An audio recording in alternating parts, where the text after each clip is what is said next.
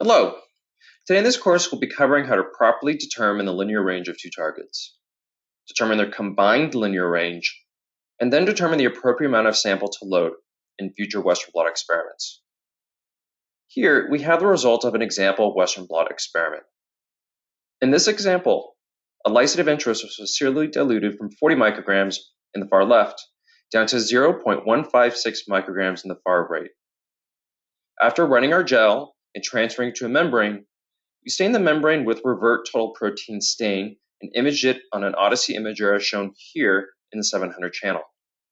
Revert total protein stain allows us to quantify and normalize against the total protein on the membrane.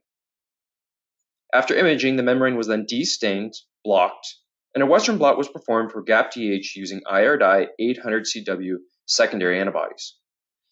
The membrane was then imaged on an Odyssey imager, an 800 channel as shown here.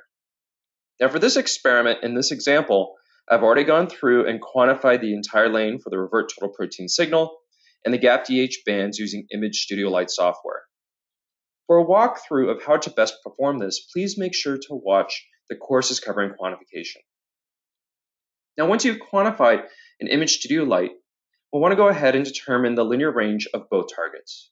To do this, we'll need to go ahead and export our data into Microsoft Excel using the report function in Image Studio Lite. Once you go ahead and do this and move into Microsoft Excel, you can have our data placed as such. Here we can see the quantification of our revert total protein stain.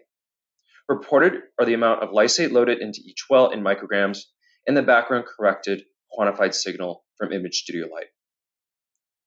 In the first step in determining the linear range of our revert total protein stain, we want to select our lysate concentrations and quantification values as such. Then in Excel, move to the Insert ribbon and select the scatter plot under the chart section. When you go ahead and select this will go ahead and add a scatter plot in Excel. Once the graph is added, feel free to resize the graph, give it a specific title, or perform any other graphing features you'd like to add. Once you've done this, we can go ahead and check the graph. What we're going to want to check is to make sure that the quantified signal is on the y-axis and the lysate amount is on the x-axis. This is the best way to plot your data. If by chance this is reversed when you plot it in Excel, you can easily swap it using the switch row column feature in Excel. Now, if incorrect data was selected, you can also adjust or replot data using the select data feature. From here, we'll want to next go ahead and trace between our data points. We can perform this by right-clicking our data points and selecting the outline option.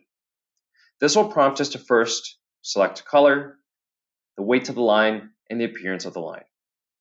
I'll go ahead and add a line, and we'll change its appearance so that it appears dashed rather than solid. Once we do this, we'll next want to add a tangential line which will be placed on the graph to determine the linear range of the revert total protein stain. To do this, we'll go back up to our chart tools and choose the Format ribbon. Here we can see on the left there's an Insert Shape section, and under the Insert Shape options, there's a Line option. Go ahead and check the line symbol under the Insert Shape section. Once selected, go ahead and move the cursor to the origin or 0, 0 part of the graph. Once the cursor is there, you can go ahead and click and hold the mouse and then drag to extend the line. Once extended, you can then pivot the extended point of the line to move where the tangential line sits over the graph. In this example, our data points sit above the origin. We'll want to go ahead and adjust it so that the tangential line will go ahead and touch our plotted data line. As you go ahead, and when you find that that's the best place that the two meet, go ahead and release. For this experiment now, this placement is the best placement for the tangential line. Once we go ahead and place it, we can then determine the linear range of our sample. We'll want to examine where the plotted data intersects the tangential line. We can see that the 5 microgram and 10 microgram lysate points sit closest to this line. whereas dilutions below or above do not.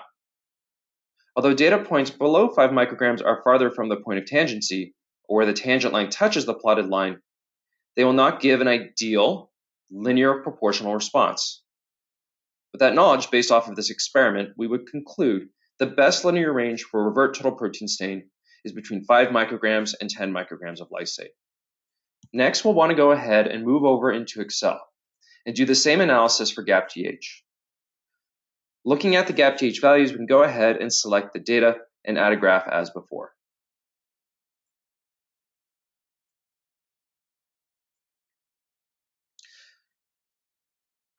Then, as before, we'll go ahead and add a dashed line between our data points on the graph by right-clicking and choosing the outline feature.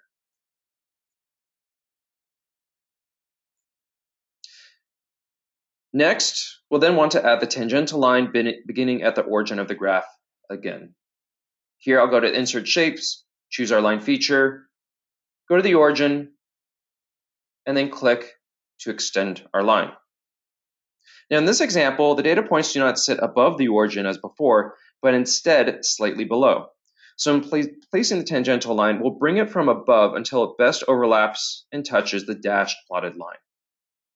So as I do this, I can move it down. And here we can see a nice overlap of the two lines.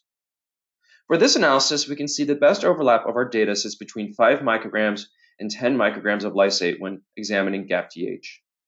Lower concentrations start to deviate from this point of tangency, and for accurate, precise results should be left out of the best fit linear range.